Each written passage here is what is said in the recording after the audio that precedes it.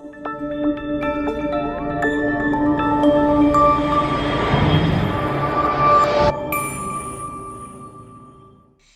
PSLV C-56 put 7 satellites in the orbit. The primary satellite DSSAR was sponsored by the government of Singapore to reduce the space debris. The Indian Space Research Organization on last Sunday successfully launched the PSLV C-56 carrying Singapore's DSSAR satellite and 6 other satellites. The DSSAR satellite is developed under a partnership between DSTA and ST Engineering. The debate on data. Recently, there has been a spate of writing on India's statistical system and the data produced by it. Economic and social data ideally is a public good. 3 points emerging from the debate. The first is the quality and credibility of data. The non-availability of credible, coherent data on the economy and society is a problem that needs urgent attention. Second, there are multiple agencies providing data on the same set of indicators.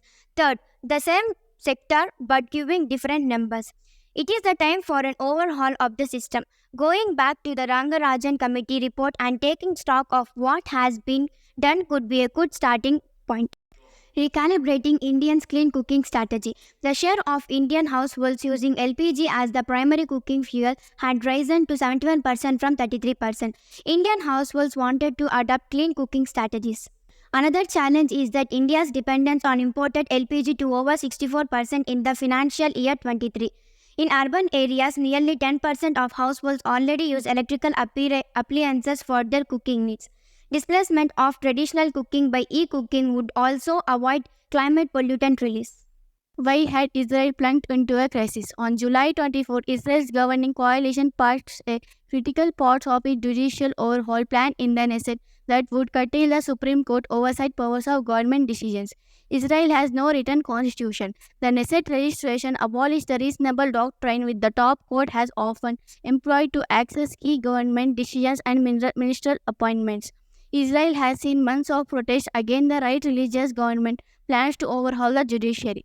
The civil society groups have filed petitions in the Supreme Court asking it to strike down the legislation. IIM's Amendment Bill. Center has brought the IIM Amendment Bill which proposes to make the President visitor to all the Indian Institutes of Management. The bill seeks to the powers of the President to audit IIM's functions, appointing and removing directors.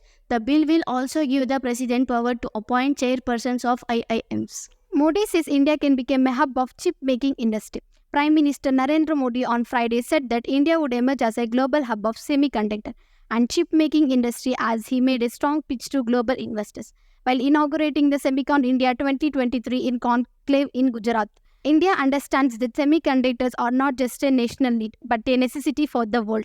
To expedite growth of the semiconductor sector in our country, we are continuously undertaking policy reforms and also working with the partner countries. Government puts draft National Deep Tech Startup Policy. The Office of the Principal Scientific Advisor of the government put out a draft National Deep Tech Startup Policy for public comment on Monday. The policy seeks to enhance India's position in the global tech value chains in areas such as semiconductors, artificial intelligence, and space technology. The policy seeks to perform research and development in deep tech, which work on fundamental and technical problems. NDTSP suggests that an export promotion board to be created to ease the barriers of entry for Indian deep tech startups into foreign markets. Turbulence hit UDAAN scheme, 50% routes grounded. The government's biggest claim to success, airport aviation since 2014, is building 74 airports in 7 years, as opposed to the same number built in the 7 decades since independence. These are the airports in Maharashtra, Karnataka, Uttar Pradesh, Andhra Pradesh, West Bengal, Sikkim, Kerala, and Arunachal Pradesh. The RCS, also known as the Ude Desh Ka Aam Nagarik, it was launched with the aim of flying for Tier 2 and Tier 3 cities by maintaining Rs 2,500 per hour flight. What can Amended Forest Conservation Act change? The controversial Forest Conservation Amendment Bill 2023 passed by the Lok Sabha, with limited debates await discussions in the Rajya Sabha. The bill aims to restrict conservation scope, exempt border lands for strategic projects, and allow some non-forest activities. The bill was introduced in Lok Sabha in March. Thereafter, it was referred to a joint parliamentary committee comprising 32 members from both houses of parliament and across party lines. Hyderabad witnessed Zero Shadow Day. Hyderabad on Thursday witnessed the Zero Shadow Day phenomenon at 12:23 p.m. The city had experienced the event earlier on May 9 this year. Zero Shadow Day is a celestial phenomenon during which the sun doesn't cast a shadow of a vertical object. The event takes place in regions near the equator. Government hospitals in Maharashtra to give free treatment from August 15. The Maharashtra government on Thursday announced its decision to provide free medical services and treatment across all government-run hospitals from August 15. According to reports, the decision was taken during a cabinet meeting, adding that approval for the proposal came unanimously from all parties that form the state government. Scientists engineer bacteria to make infinitely recyclable plastic. Scientists have genetically engineered microbes to produce a mostly bio-based version of infinitely recyclable plastic, PDK. They manipulated E. coli to convert plant sugars into a triacetic acid lactone, one of the starting materials, resulting in PDK with around 80% bio content.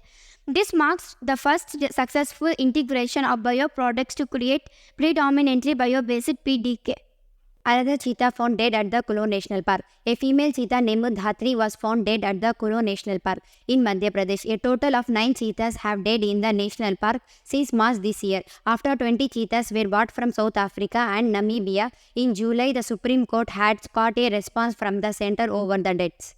Pakistan agreed to play India on October 14th instead of 15th in One-Day International World Cup.